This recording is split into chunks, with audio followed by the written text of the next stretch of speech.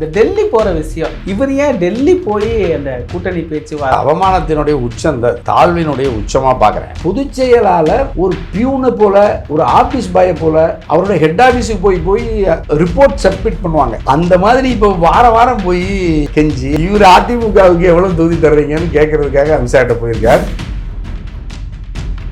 அதிமுக தொகுதி பங்கீடு பேச்சுவார்த்தை போய்கிட்டு இருக்குது. அதிமுக இன்னும் கூட்டணியையே உறுதி செய்ய முடியல, தொகுதி பங்கீடு உறுதி செய்ய முடியல. அப்புறம் எந்த தொகுதி என்று வரையறுப்பதற்கான சூழலே அது 3வது கட்டத்தில் தான் இருக்கு. தேர்தலே நடந்து முடிஞ்சிருமான்னு சந்தேகமா இருக்கு. தினகரனே என்டிஏல இருக்கிற பாஜக எங்களுக்கு தொகுதி வாங்கி தரும் நல்லா சொல்றாரு. 30 தொகுதிகள் பாஜகவுக்கு தகுந்த தொகுதிகள் அப்படின்னு எடுத்துக்க. அந்த கூட்டணிக்கு தலைமையே அவங்க தான், பாஜக தான். எடப்பாடியே மோடியின் மேடையில் அதிமுக ஆட்சி 2026 வரும்னு சொல்லலை. மோடி வாழ்க, அமித்ஷா வாழ்க, தாமரை வாழ்கன்னு சொல்லுவாங்களே எல்லாமே. எடப்பாடி வாழ்க, புரட்சி தலைவர் வாழ்க, புரட்சி தலைவர் அம்மா வாழ்க, அங்க இருக்கிற யாரும் இனிமேல் சொல்ல போறது. இதுல அதிமுகவும் சரி பாஜகவும் சரி இந்த விஜயை விமர்சிக்கிறது அப்படிங்கிறது எப்படி புரிஞ்சுக்கிறது? விஜயும் பாஜகவோட ஆளுங்கிறதுனால ஒண்ணு எடப்பாடி கடைக்கு போகணும், இல்லைன்னா பாஜக கடைக்கு போகணும், இல்லைன்னா விஜய் கடைக்கு போகணும். இல்ல விஜய் கடை 2 நாளைக்கு மூடி இருக்குன்னு வச்சுக்கலாம். இப்ப பிஜேபி வருவாங்க, அல்லது அதிமுக வருவாங்க. இப்ப அந்த கடையும் இந்த கடையோட மெர்ஜி பண்ணனா என்ன, பண்ணாட்டி என்ன? சங்கீதாங்கிற தன்னுடைய மனைவிக்கு நல்ல கணவனா இல்லைங்கிறதுனாலேயே குடும்பத்தையும் ஒழுங்கா கவனிக்காத, பராமரிக்காத விஜய், தாய் தந்தையையும் மதிக்காத விஜய், கட்சியினரையும் மதிக்காத விஜய், தொண்டர்கள் கண்ணு முன்னாடி 41 பேர் இழந்த பொழுதும் கூட காப்பாற்ற முயற்சிக்காமல் தப்பித்து ஓடுகிற விஜய், கிறிஸ்துமஸ் விழாவிலே நாடு முழுக்க கடுமையான தாக்குதல் வட மாநிலங்களில் பாஜக இந்துத்துவ பரிவார அமைப்புகளால் தாக்கப்பட்ட பொழுது ஒரு வார்த்தை கூட பேசாத தமிழக வெற்றி கழகம் அதன் தலைவர் விஜய், எல்லா நிலைகளிலும் அஞ்சுகிற ஒரு கோழையா இருக்கிற விஜயை தமிழ்நாட்டு மக்கள் நிராகரித்துக் கொண்டே வருகிறார்கள். இப்போ நீங்கள் சொல்கிறது அடிப்படையில் எப்படி புரிஞ்சுக்கலாம்னா, எடப்பாடியை காலி பண்ணுறதுக்கு விஜய் அப்படின்னு ஒரு பக்கம், விஜய் தனித்து நிற்கிற இந்த பிளானே பாஜக போட்டு கொடுத்ததா அப்படிங்கிற மாதிரி புரிஞ்சுக்கலாம். 100 விழுக்காடு. அந்த பால்வாடி குழந்தை 3 ஆண்டுகளாக அந்த பால்வாடியிலே தான் படிக்குது. அது இன்னும் ப்ரொமோஷன் ஆகலை, அது டீ ப்ரொமோட் ஆகிட்டே இருக்கு. அப்போ பிஜேபி எதிர்க்கிற ஆற்றல் எடப்பாடிக்கும் இல்லை, விஜய்க்கும் இல்லை. காலம் பேசாது, பொறுத்திருந்து பதில் சொல்லுவோம்னா அது 100 விழுக்காடு அவருக்கு பொருந்துச்சு.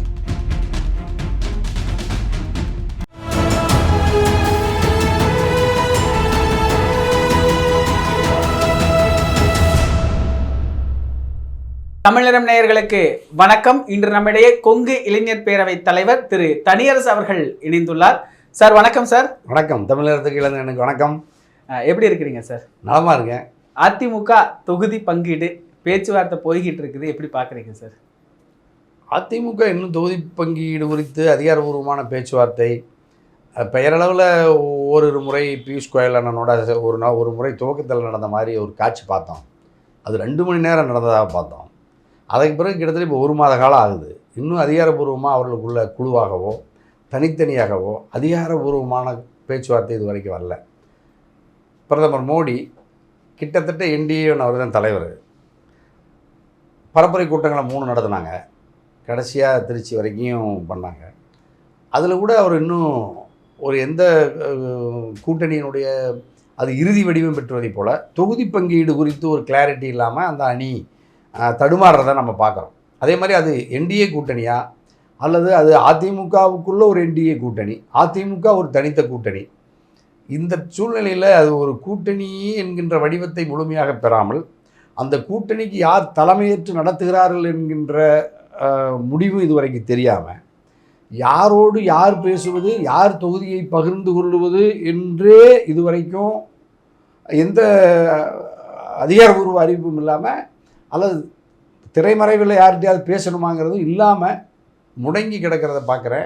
இன்றைக்கி கூட அதிமுகவின் பொதுச் செயலாளர், தமிழ்நாட்டில் என்டிஏவுக்கு தலைமையேற்கிற கட்சியின் பொதுச் செயலாளர் எடப்பாடியார் டெல்லி போயிருக்கிறதா சொல்கிறாங்க. இப்போ டெல்லியில் போய் யாரை சந்திக்க போகிறார், என்ன பேச போகிறாங்க, அது பெரிய குழப்பமாக இருக்குது. ஆகவே அது அந்த அணி தொகுதி பங்கீடு குறித்து பேச்சுவார்த்தையை துவக்கி இருக்கிறதான்னா இன்னும் அதிகாரபூர்வமாக துவக்கப்படவில்லை. அப்படி ஒரு அணி, அந்த அணிகளுக்குள் குழுக்கள் அமைக்கப்பட்டிருக்கிறதானா அந்த குழுக்கள் முறையாக அமைக்கப்படலை. ஆகவே அந்த அணி இன்னும் தேர்தல் தேதி அறிவிக்கப்பட்டு ஏனைய அரசியல் கட்சிகள் எல்லாம் களத்தை தயார் செய்து களத்துக்கு தயார் நிலையில் இருக்கிற பொழுது அதிமுக இன்னும் கூட்டணியையே உறுதி செய்ய முடியல, தொகுதி பங்கீடு உறுதி செய்ய முடியல. அப்புறம் எந்த தொகுதி என்று வரையறுப்பதற்கான சூழலே அது 3வது கட்டத்தில் தான் இருக்குது. ஆகவே அவர் இன்னும் வெகு தூரம் கடந்து வர வேண்டும். அதற்குள்ளே தேர்தலே நடந்து முடிஞ்சிருமான்னு சந்தேகமாக இருக்குது. இதில் 60 தொகுதி 90 தொகுதியெல்லாம் தகவல் வந்துச்சு. இப்போ 30 தொகுதி ஏதோ ஃபைனல் பண்ணியிருக்கிற மாதிரி சொல்கிறாங்க. தினகரனுக்கும் இவங்களே வாங்கி கொடுக்கறதோ, அது தினகரனே சொன்னார், நான் என்டிஏல இருக்கிற பாஜக எங்களுக்கு தொகுதி வாங்கி தரும்னுலாம் சொல்கிறாரு.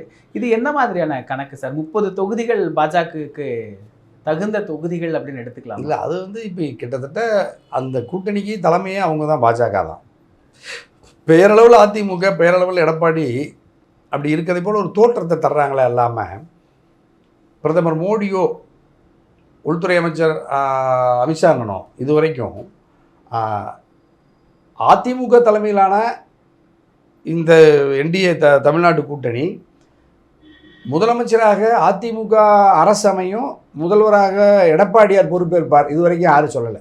எடப்பாடியே மோடியின் மேடையில் என்னுடைய ஆட்சி அதிமுக ஆட்சி 2026 வரும்னு சொல்லலை. ஆகவே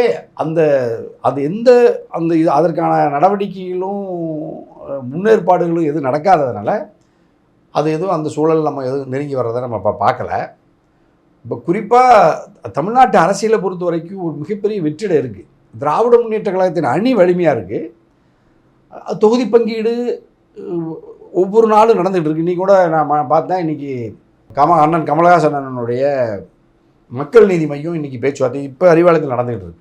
2 நாளைக்கு முன்னாடி இந்திய கம்யூனிஸ்ட் கட்சி பொதுச் செயலாளர், எங்கள் மாநில செயலாளர் வீரமணி அண்ணன் 5 தொகுதியில் கையொப்பமிட்டு அவங்க களத்துக்கு போகிறாங்க.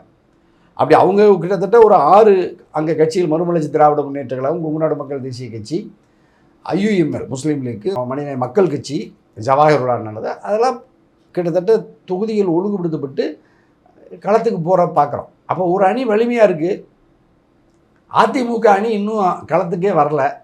அணிக்கு கேப்டன் யாருன்னு தெரியல, அணியின் வீரர்கள் யாருன்னு தெரியல. ஆடுகளம் அறிவிக்கப்பட்டு தயார் நிலையில் இருக்குது. ஒரு அணி களத்தில் நிற்கிது, எதிர்த்து விளையாடுறதுக்கு அணியே வரல. அப்போ இதில் இன்னொரு அணி விஜய் வர்றா, அது இதை விட பெரும் குழப்பம். அது அந்த அணி இன்னும் வெகு தூரத்தில் நடக்குது. பந்தயம் எந்த நாட்டில் நடக்குது, எந்த ஸ்டேடியத்தில் நடக்குதுன்னே தெரியாமல் தாவேக்காங்கிற அணி தடுமாறி கிடக்கு. ஆகவே அந்த தமிழ்நாட்டினுடைய 2026 சட்டமன்ற பொதுத் தேர்தல் முழுக்க அதிமுகவின் அணி பலகீனப்பட்டு கிடக்கிறதுனால இது போட்டி விறுவிறுப்பாக இல்லை. கிட்டத்தட்ட திமுக அணி முழுமையாக வெற்றி பெறுவதற்கான சூழல் நெருங்கி வர்றது தான் எதிரணிகள்லாம் பலகீனப்பட்டு கிடக்கு, சிதறி கிடக்கிறத பார்க்குறோம்.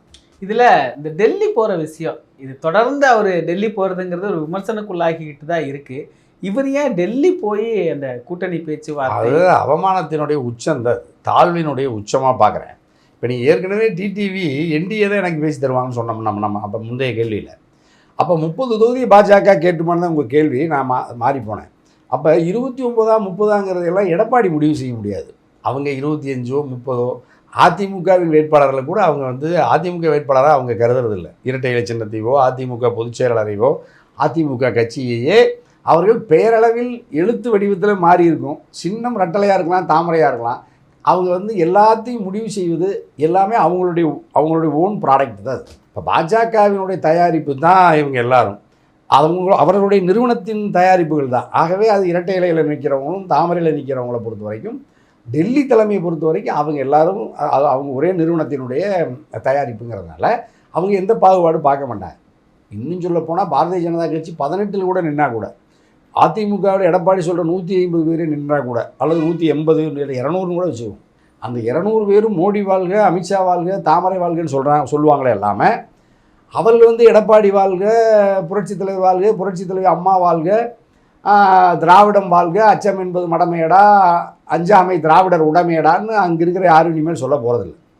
அவர்களெல்லாம், அதாவது நீங்கள் அண்ணா திராவிட முன்னேற்ற கழகத்தின் 2 கோடிக்கு மேற்பட்ட தொண்டர்களை, திராவிட போராளிகளை எல்லாம் அவர் காவி மயமாக்கி அவர்கள் முழு பக்தர்கள் மாநாட்டை நடத்துகிற அளவுக்கு, திருப்பரங்குன்றம் விடயங்கள்ல எல்லாம் இந்துத்துவ இயக்கங்களோடு சேர்ந்து போராடுகிற அளவுக்கு முனை மழுங்கி காவி மயமாக்கப்பட்டு கிடக்கிற அதிமுக, எடப்பாடி தொகுதிகளை பாஜகவுக்கு இவர் பகிர்ந்தளிக்கிற அளவு தகுதியை இழந்து விட்டார்.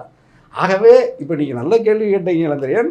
அதாவது ஒரு பொதுச் செயலாளர் ஒரு பியூனை போல், ஒரு ஆஃபீஸ் பாயை போல், ஒரு ஒரு முகவரை போல், எல்ஐசி அல்லது இந்த மாதிரி காப்பீட்டு முகவர்களை போல் அவருடைய ஹெட் ஆஃபீஸுக்கு போய் ரிப்போர்ட் சப்மிட் பண்ணுவாங்க. அந்த மாதிரி இப்போ வாரம் போய் அமித்ஷாவை பார்த்து கெஞ்சி அவங்கள்ட்ட தொகுதி வாங்குற நீங்கள் மாற்றி கேட்டீங்க. தொகுதி வந்து 28, 29, 30 இவர் அதிமுகவுக்கு எவ்வளோ தொகுதி தர்றீங்கன்னு கேட்குறதுக்காக அமித்ஷாட்ட போயிருக்கார். ஆகவே அது அதிமுக அது வந்து என்னத்தை சொல்கிறது, அது எப்படிப்பட்ட ஒரு கட்சி அது. தமிழ்நாட்டு மக்களால், தமிழ்நாட்டினுடைய இந்தியாவிலேயே ஒரு முதன்மையான மக்கள் பேரியக்கம், ஆகச்சிறந்த தாய் தமிழ்நாட்டை அதிகப்படியான நாட்கள் ஆண்ட ஒரு திராவிட பேரியக்கம், அது மதசார்பற்ற இயக்கம். அதாவது சாதி மதங்களுக்கு அப்பாற்பட்டு, ஏழை பணக்காரன் பாகுபாடுக்கு அப்பாற்பட்டு எண்ணற்ற சமூக நலத்திட்டங்களை தந்த மகத்தான இயக்கம். ஆகவே அப்படிப்பட்ட அந்த இயக்கத்திற்கு எடப்பாடி தலைமையேற்ற பிறகு அது மிக கடுமையான நெருக்கடிக்கு ஆளாகி கிடக்கிறத நான் தொடர்ந்து தனியரசு பதிவு பண்ணிட்டே வந்தேன். அது தாழ்வுற்று வீழ்ச்சியினுடைய உச்சத்துக்கு போகும்னு சொன்னேன். எந்த சூழ்நிலையிலும் வீழ்ச்சியிலிருந்து மீளுவதற்காக எடப்பாடி தன்னுடைய வியூகத்தை மாற்றி அமைக்கவே இல்லை. இன்னும் சொல்ல போனால் அந்த வீழ்ச்சியை நோக்கி விரைந்து பயணிப்பதில் தான் எடப்பாடி கவனமாக இருக்காரு. இல்லாமல் வீழ்ச்சியிலிருந்து மீள்வது, பாஜகவின் கட்டுப்பாட்டிலிருந்து தன்னை தனிமைப்படுத்தி கொள்வது, அதிமுக என்கின்ற மாபெரும் மக்கள் பேர் இயக்கத்தை ஒரு திராவிட கருத்தியலோடு பயணிக்க வைப்பது என்பது சிந்தனையே அறவே இல்லை. சரி, பரவாயில்ல, எடப்பாடிக்கு இல்லாமல் இருக்கலாம். எடப்பாடிக்கு வலதும் இடதுமாக இருக்கிற தங்கமணியோ வேலுமணியோ அங்கே இருக்கிற எல்லாருமே மோடியை பார்த்தா மேடையில் இருந்து குனிந்து வணங்கி கைகட்டி ஒரு பிரபுகளைப் போல அவர்களும், வடநாட்டு இந்திக்காரர்கள் பாஜக தலைவர்களெல்லாம் பெரிய ஜமீன்களைப் போல, பிரபுகளைப் போல, பெரிய எஜமானர்களைப் போல அவர்களும், இவர்களெல்லாம் அடிமைகளைப் போல பொது மேடைகள்லேயே பணிந்து அப்படி சரணடைகிறத பார்த்தா அது அச்சம் என்பது மடமேடா, அஞ்சாமை திராவிடர் உடமேடான்னு இவருடைய நிறுவன தலைவர் புரட்சித் தலைவர் சொன்னதுக்கு இவருடைய செயலுக்கு நேர் எதிர்மறையாக இருக்கு. தன் பேரறிஞர் அண்ணாவின் பெயரை தாங்கி இருக்கிற அதிமுக, இந்தி பெண்ணே நீ நாடி வந்த இடம் இதுவல்ல ஓடிப்போன்னு சொன்ன அந்த கருத்தியில் பாவேந்தர் பாரதிதாசன் மாதிரியான அந்த கருத்தியில் உள்வாங்க வேண்டிய இந்த இயக்கங்கள்லாம் இன்றைக்கி மிக கடுமையான நெருக்கடிக்கு ஆளாகி போய் அது காவிமயமாக்கப்பட்டு இந்துத்துவ ஆர்எஸ்எஸ் பிஜேபியினுடைய கிளை நிறுவனமாக மாற்றப்பட்டு அந்த தத்துவத்தையும் ஏற்றுக்கொண்டு திராவிட கருத்தியலுக்கு எதிராக களத்தில் நிற்கிறத நினச்சா, நீங்கள் சொன்ன டிடிவி கிட்டத்தட்ட அமமுகவும் அதே நிலைக்கு போயிட்டாங்க. பாஜகவின் கட்டுப்பாட்டில் கருத்தியலோடும் போகிறாங்க. அதிமுகவும் அதே கருத்தியலோடு பயணிக்கிறத பார்க்குறோம். அதிமுகவின் எல்லா பிரிவுகளுமே அதே கருத்தியலில் பயணித்து இந்த தொகுதி பங்கீட்டுக்காக டெல்லிக்கு போய் அமித்ஷாவிடம் கெஞ்சுகிற அந்த போக்கு வரைக்கும் பார்க்குறேன். ஆகவே அது நீங்கள் வந்து 20, 25, 30 பாஜக தாமரையில் நிற்கிறதா ரெட்டலையில் நிற்கிறதாங்கிறதெல்லாம் அவர்களுக்குள்ள அண்ணன் தம்பி சொத்தை பிரித்து கொள்வதில் இருக்கிறது தான் தவிர வேறு பெரிய நெருக்கடி அங்கே எதுவும் வராது. ஆகவே அமித்ஷாவுடைய பேச்சை எடப்பாடி மறுதளிப்பதற்கான வலிமையை எடப்பாடி இழந்து விட்டார். அமித்ஷாவுடைய உத்தரவை சிரம் மேற்கொண்டு, அதாவது தலையில் சுமந்து நிறைவேற்றுகிற இடத்துல தான் எடப்பாடி இருக்காருங்கிறது வருத்தத்துக்குரியது, வேதனைக்குரியது.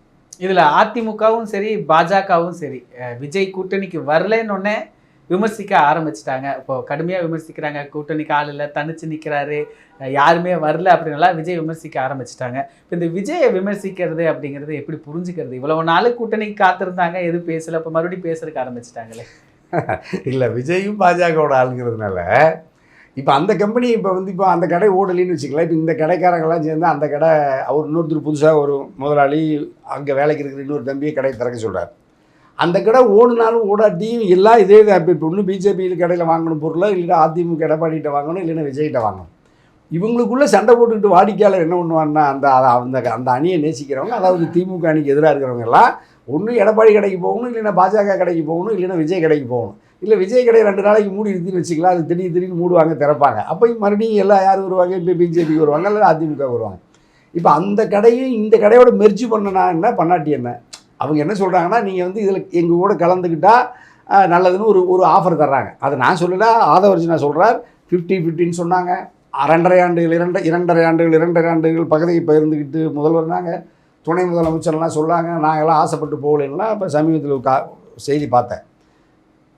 ஆனால் அது வந்து இன்றைக்கி நீங்கள் ஒன்றும் சேரல, தனியாக நிற்கிறேன்னு சொன்னாலும், தனியாக நின்னாலும் இந்த மொத்த அதனுடைய லாபத்தொகை பாஜகவுக்கு தான் போக போகுது. அதாவது அந்த அரசியல் கிரெடிட் இல்லை, இணைஞ்சாலும் ஒரே அதே வருமானம், அதே வருவாய் வரப்போகுதுனால, ஆதாயம் வரப்போகுதுங்கிறதுனால பாஜகவை பொறுத்த வரைக்கும் அவங்க தனித்து விஜய் இயங்கினாலோ அல்லது தன்னோடு இணைந்து இயங்கினாலோ அவர்களுக்கு ஒன்றும் நஷ்டம் இல்லை. அது மட்டுமல்ல, அவங்களுக்கு ஒரு தடுமாற்றம் இருக்குது பாஜகவும். அதாவது இணைத்தால் ஏற்கனவே மிக மிக வலிமையை படிப்படியாக இழந்து வருகிற விஜய் ஆரம்பத்தில் தமிழ்நாட்டு மக்களால் அல்லது உலகம் விஜயை ஒரு பெரிய ஒரு நட்சத்திர நடிகர் வர்றார், ஒரு கட்சியை துவக்குகிறார். உண்மையிலேயே அவர் ஒரு கொள்கைவாதி, தத்துவவாதி, இளைஞர்கள் அல்லது குடும்பமாய் மகளிர் வர்றாங்க. ஒரு தாக்கம் இருக்குமான்னு ஒரு தயக்கம் நம்மை போன்ற அரசியல் ஆய்வாளர்களுக்கே இருந்துச்சு, ஆளுமைகளுக்கே இருந்துச்சு. ஆனால் இப்போ படிப்படியாக விஜயனுடைய நடவடிக்கைகளும் அந்த கட்சியினுடைய மற்ற தலைவர்கள் எல்லாம் தடுமாறுவது, பின்வாங்குவது, உறுதியற்ற நிலையில், கருத்து செறிவில்லாத சூழலில் உடல் நலம் மனநலமெல்லாம் பாதித்து சிதறி போய் கிடக்கிறத பார்க்குறோம். அப்போ அந்த படம் அப்போ ஒன்று குடும்பம், மனைவியே வழக்குக்கு வர்றாங்க. அப்போ சங்கீதாங்கிற தன்னுடைய மனைவிக்கு நல்ல கணவனாக இல்லைங்கிறதுனாலேயே குடும்பத்தையும் ஒழுங்காக கவனிக்காத பராமரிக்காத விஜய், தாய் தந்தையையும் மதிக்காத விஜய், கட்சியினரையும் மதிக்காத விஜய், தொண்டர்கள் கண்ணு முன்னாடி 41 பேர் இழந்த பொழுதும் கூட அவர்கள் மீது இறக்கப்பட்டு காப்பாற்ற முயற்சிக்காமல் தப்பித்து ஓடுகிற விஜய், தன்னுடைய படம் 500 கோடி ரூபாய் படத்தை எடுத்து ஜனநாயகன் படம் முடக்கப்பட்டிருந்தாலும் அதற்கு மத்திய பாஜக, ஒன்றியம், மோடி அரசின் தணிக்கைத்துறை தான் தடுத்திருக்கிறது என்று வெளிப்படையாக சொல்லவோ நீதிமன்றத்தை அணுகுவதற்கே அஞ்சுகிற விஜய், எல்லா நிலைகளிலும் அஞ்சுகிற ஒரு கோழையாக இருக்கிற விஜயை தமிழ்நாட்டு மக்கள் நிராகரித்து கொண்டே வருகிறார்கள். அவர் ஜோசப் விஜயாக அறியப்பட்ட பொழுது கிறிஸ்தவர்கள் அவரை ஆதரித்தார்கள்.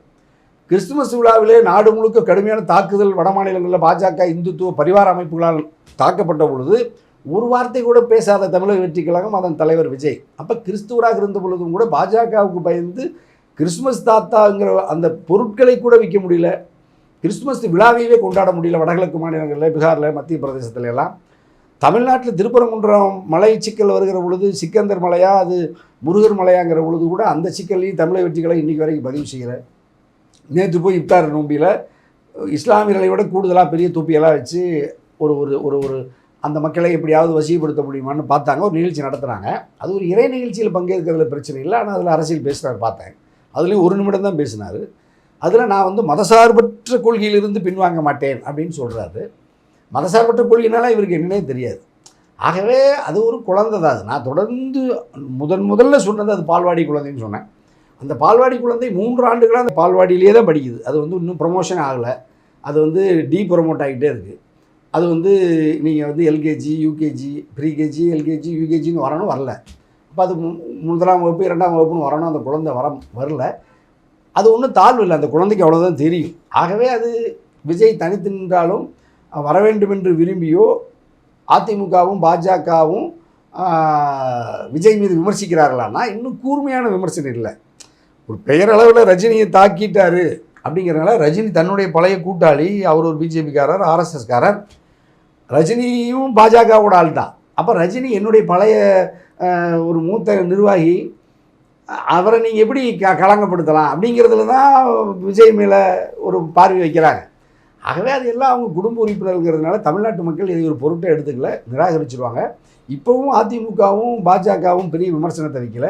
விஜய் அதிமுக பாஜக கூட்டணிகள் வந்தால் பலமானா எனக்கு நல்லா தெரியும், அது பலம் இல்லை. விஜய் 100 விழுக்காடு 49 பேர் அந்த கட்சியில் இருக்கிற 49 கட்சியில் இருக்கிறதுல 50வது கட்சியாக விஜய் வருவார். மோடி வர்ற மேடையில் 49 பேரில் எடப்பாடியை 48, 49 நிறுத்தியிருக்காங்க. விஜய் வேணால் 50வது நிறுத்திக்குவாங்களே தவிர விஜய் ஒரு பெரிய ஸ்டார், விஜய் ஒரு பெரிய நாடாள போடுறார் முதலமைச்சர் அப்படிங்கிறதெல்லாம் அங்கே ஒன்றும் இல்லை. பிஜேபி விடாது. அப்போ பிஜேபி எதிர்க்கிற ஆற்றல் எடப்பாடிக்கும் இல்லை, விஜய்க்கு இல்லை. அவர்களுடைய கண்ணசைவில் தான் இவர்கள் வாழ்க்கையை நகர்த்த வேண்டிய சூழலில் இவர்களை நம்பி ரசிகர்களோ, தமிழ்நாட்டு மக்களோ, இஸ்லாமியர்களோ, கிறிஸ்துவர்களோ, இந்துக்களோ, எந்த பிரிவு மக்களும் இவர்களை ஒரு அரசியல் கட்சி தலைவனாக நம்பி இவர்களின் கருத்துக்கு இரையாகவோ வாக்களிக்கவோ ஒரு காலம் மாட்டார்கள். தமிழ்நாட்டு மக்கள் புத்திசாலிகள். 6.5 கோடி வாக்காளர்களும் அதிமுக, பாஜக, என்டிஏ கூட்டணியை, விஜயை கட்டாயமாக நிராகரிப்பார்கள். நிராகரிக்க வேண்டும் என்று நம்ம தமிழ் நிறத்தின் வழியாக நீண்ட காலமாக நம்ம அதை சொன்னோம். அது இப்போ இன்னும் போர் முனை ஜனநாயக களம் 2026 நெருங்கி வர நிலையில் அது இன்னும் அழுத்தமாக உறுதியாக பதிவு செய்கிறேன். அத்தனையும் நான் ஆதாரத்தோடு பதிவு செய்கிறேன். நான் பதிவு செய்த எந்த ஒன்றும் இதுவரைக்கும் பழுதானதில்லை. நான் எய்திய எல்லா ஆயுதங்களும் பயனுள்ளது. மக்களுக்கான ஆயுதம் அது. மக்களை சுரண்டுகிற, மக்களை ஏமாற்றுகிற, மக்களை சூழ்ச்சியால் வெல்ல அல்லது சூழ்ச்சியால் இரையாக்க முயற்சிக்கிற எந்த அரசியல் தீய ஆற்றலையும் முறியடிக்கிற ஆற்றல் தனி அரசுக்கு உண்டு. அது தமிழ்நாட்டு மக்களுக்கு உண்டு என்பதனால் நான் தொடர்ந்து அதிமுக, என்டிஏ கூட்டணி, பாஜக, விஜயை நான் தொடர்ந்து இந்த அறவழியில், ஜனநாயக வழியில், கருத்து தளத்தில் இருந்து தாக்குவதால் அவர்கள் பணகீழப்பட்டு நிற்கிறார்கள். மக்கள் வலிமையாக இருந்து எங்கள் பக்கம், அதாவது திராவிட முன்னேற்ற கழகத்தின் பக்கம், ஜனநாயகத்தின் பக்கம் இருக்கிறார்கள். ஆகவே அது விஜய் தனித்து நின்றாலும், பாஜக, அதிமுக அவரை விமர்சிப்பது போல ஒரு தோற்றத்தை உருவாக்கினாலும், நாட்டு மக்கள் இவர்கள் 3 பேரும் ஒரு தாய் மக்கள். இவர்கள் தமிழ்நாட்டுக்கு மக்கள் அல்ல, அவர்கள் இந்தி மக்கள், இந்தி தாயின் பிள்ளைகள் என்பதனால் ஒதுக்கி விடுவார். இப்போ நீங்கள் சொல்கிறது அடிப்படையில் எப்படி புரிஞ்சுக்கலான்னா, எடப்பாடியை காலி பண்ணுறதுக்கு விஜய் அப்படின்னு ஒரு பக்கம், இன்னொரு பக்கம் விஜய் தனித்து நிற்கிற இந்த பிளானே அமித்ஷா பாஜக போட்டு கொடுத்ததா அப்படிங்கிற மாதிரி புரிஞ்சுக்கலாம். அப்படிதான் 100 விழுக்காடு. இப்போ நீங்கள் தனியாக, அவங்க ஏன் தனியாக நிற்கிறதுலையும் அவங்களுக்கு வருதுன்னா, எப்படியாவது ஒரு திமுகவினுடைய சிறுபான்மை வாக்குகளை சிதறடிப்பதற்கு விஜயை பயன்படுத்தணும்னு நினைக்கிறாங்க. அப்போ அது வரைக்கும் நீங்கள் வந்து இப்போ விஜய் இருந்தால் கிறிஸ்துவ வாக்குகள் பிரியும்னு ஒரு தோற்றத்தை உருவாக்குறாங்க.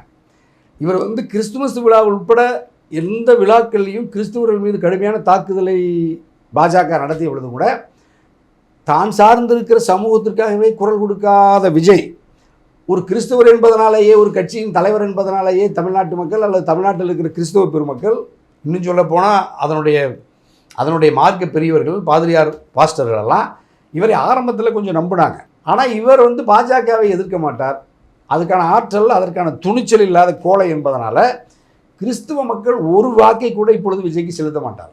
ஏன்னா எந்த இடத்திலும் இப்போ நீ வந்து ஒரு மதத்துக்கு ஆதரவாக பண்ண வேண்டாம், மதத்தினுடைய இறை, அதாவது வழிபாட்டு சுதந்திரத்தை, அந்த வழிபடுகிற மக்களினுடைய அவர்களுக்கான அந்த ஆயத்த ஏற்பாடுகளுக்கான அந்த அடையாள கருவிகள் இருக்குல்ல. இப்போ கிறிஸ்துமஸ் தாத்தா பொம்மையை கூட விற்கக்கூடாதுன்னு வடநாட்டில் அடித்து மிரட்டுறான். தேவாலயங்கள்லாம் தீ வைக்கிறாங்க. ஒரு வார்த்தை கூட ஒரு நாட்டினுடைய குடிமகனாக கூட கண்டிக்க முடியாத விஜய், ஒரு கட்சியின் தலைவனாக கண்டிக்க முடியாத விஜய், ஜோசப் என்கின்ற அந்த மதத்தை, அந்த மார்க்கத்தை, அந்த வழிபாட்டை தழுவி நிற்கிற விஜய், எந்த இடத்திலேயுமே கருத்து சொல்லாத, கண்டிக்காத, போராடாத ஒரு கோலையை எப்படி தமிழ்நாட்டு கிறிஸ்துவ மக்கள் நம்புவாங்க? ஆகவே அவர்கள் கிறிஸ்துவர் என்பதனால் விஜயை தனித்து நிறுத்தி திராவிட முன்னேற்ற கழகத்துக்கும் அந்த அணிக்கும், முற்போக்கு மதசார்பற்ற முற்போக்கு கூட்டணிக்கு விழ வேண்டிய வாக்கை, கிறிஸ்துவ வாக்குகளை விஜய் தனியாக நிறுத்தி பிரித்தால் வெற்றி வாய்ப்பை குறைக்க முடியும்னு நினைக்கிறாங்க பாஜக. தனியரசு சொல்கிறேன், இந்த கிறிஸ்தவ மக்கள் புத்திசாலிகள், ஆக சிறந்த அறிவாளிகள், கோடிக்கணக்கான மக்களுக்கு கல்வியை, அரசியல் விழிப்புணர்வை தந்த அது வந்து ஒரு வழிபாட்டு முறை தான் கிறிஸ்தவம். ஆகவே அது அறிவில் சிறந்த மதம் என்பதனால் பாஜகவின் இந்த தந்திரத்துக்கு விஜயை அது கருவியாக பயன்படுத்துகிறது என்பதை உணர்ந்து கொண்ட கிறிஸ்தவ பெருமக்கள் கட்டாயமாக விஜயை ஜோசப் என்று பெயரை வைத்திருப்பதனாலேயே அவருக்கு வாக்களிக்க மாட்டார். அப்போ திராவிட முன்னேற்ற கழகமும் அதில் இருக்கிற அணியும் தான் உண்மையான மதசார்பற்ற அணி. இந்த நாட்டில் அரசியல் சாசனம் பாதுகாக்கப்பட வேண்டும், அனைத்து பிரிவு மக்களுக்கும் அவரவருடைய உரிமைகள் பாதுகாக்கப்பட வேண்டும் என்றால், மதத்தின் பெயரால் மக்களை பிரிக்கிற பாஜக அந்த மதவாத பெரும்பான்மைவாதத்தை தகர்த்தெறிகிற ஒரே ஆற்றல் இந்தியாவிலேயே, உலகத்திலேயே தமிழ்நாட்டுக்கு மட்டும் உண்டு, திராவிட முன்னேற்ற கழகத்திற்கு உண்டு, அதன் தலைவர் முத்துவேல் கருணாநிதி ஸ்டாலினுக்கு உண்டு, தமிழ்நாட்டின் முதலமைச்சர் தளபதி ஸ்டாலினுக்கு உண்டு என்பதனால் அவரை பற்றி நிற்கின்ற ஜனநாயக சக்திகள், அது விடுதலை சிறுத்தைகளாக இருக்கலாம், மறுமலர்ச்சி திராவிட முன்னேற்ற கழகமோ, தனியரசோ, அன்சாரியோ, கருணாஸோ, எஸ்டிபிஐயோ, முபாரக்கோ, இன்னும் இருக்கிற நம்முடைய எங்கள் தமிழக வாழ்வுரிமை கட்சியில் எங்களுடைய சகோதரர் வேல்முருகனோ, கூக்குரான மக்கள் தேசிய கட்சி ஈஸ்வரனோ, பொது உடைமை கட்சிகள் இருக்கிற சிபிஐ, சிபிஎம் போன்ற கட்சிகள் எல்லாம் களத்தில் வீரியமாக இருக்கணும். அப்போ நம்ம இஸ்லாமிய இயக்கங்கள், சிறுபான்மை இயக்கங்கள், முஸ்லீம் லீக்காக இருக்கலாம், மனித மக்கள் கட்சி, மனித ஜனநாயக, எல்லா இயக்கங்களும் களத்தில் நாங்கள் ஓர் அணியில் நிற்கிற பொழுது இந்த விஜயை நம்பி எந்த கிறிஸ்தவர்கள், எந்த இஸ்லாமியர்கள் அல்லது எந்த இந்துக்கள் வாக்களிக்கவே மாட்டாங்க. ஆகவே அவர் இந்துக்கள் பக்கமும் இல்லை, கிறிஸ்தவர் பக்கமும் இல்லை, இஸ்லாமியர்கள் பக்கமும் இல்லை, இவைகளுக்கு எல்லாம் வெளியிருந்த அனைவரையும் நாம் நாட்டின் ஒருதாய் மக்கள், தமிழ்தாயின் பிள்ளைகள்ங்கிற பார்வையும் இல்லை. ஆகவே விஜய் கடுமையான நெருக்கடியில் இருக்கிறார், மீள முடியாது, தோற்கடிக்கப்படுவார். அண்ணன் ரஜினி சொன்ன கருத்து தான் அதில், காலம் பேசாது, பொறுத்திருந்து பதில் சொல்லுவோம். நாங்கள் அது 100 விழுக்காடு அவருக்கு பொருந்துச்சு. நான் ரஜினி அண்ணன் வரக்கூடாதுன்னு சொன்னேன். இன்றைக்கி அண்ணா ரஜினி நல்லா இருக்கார், ஆரோக்கியமாக இருக்கார், மகிழ்ச்சியாக இருக்கார். விஜய் வரக்கூடாதுன்னு சொன்னேன், வந்துட்டார். அண்ணன் ரஜினி சொன்ன மாதிரியே இப்போ காலம் பேசலை. 2 ஆண்டுகள்லேயே அது பதில் சொல்லுது. எப்படியெல்லாம் பதில் சொல்லுது? குடும்பத்தில் இருந்து பிரச்சனை, வழக்குக்காக விசாரணை முகமைகளுக்கு சிபிஐ வரைக்கும் போகிறோம், படத்தை ரிலீஸ் பண்ணி வெளியிட முடியல, 500 கோடி ரூபா லாஸு, பல்வேறு அவமானங்களை சுமந்து வீட்டை விட்டு வெளியே வர முடியாமல் நெருக்கடியில் விஜய். ஆகவே விஜயால் பயணிக்க முடியாது. பாஜகவின் கைப்பிள்ளைகள் தான் இவர்கள் எல்லாம் என்கின்ற தமிழ்நாட்டு மக்களுக்கு தெரிஞ்சிருச்சு. ஆகவே அவர்கள் தனித்து நின்றாலும் இணைந்தாலும் வெல்லுவது உறுதியில்லை. திராவிட முன்னேற்ற கழகத்தினுடைய மதசார்பற்ற முற்போக்கு கூட்டணி தான் வெல்லும். நிகழ்கால அரசியல் குறித்து பல தகவல்களை பகிர்ந்து கொண்டதுக்கு நன்றிங்க. மிக்க மகிழ்ச்சி. தமிழர்களுக்கு வணக்கம். இதே போன்று நிகழ்கால அரசியலின் சாரம்சங்களை அரசியல் ஆளுமைகளின் நேர்காணல் வழியே தொடர்ந்து காண தமிழ் நிறம் வலையொலியை சப்ஸ்கிரைப் செய்யுங்கள். தங்களின் மேலான கருத்துக்களை கருத்துளை பெட்டியில் பதிவிடுங்கள். நன்றி, வணக்கம்.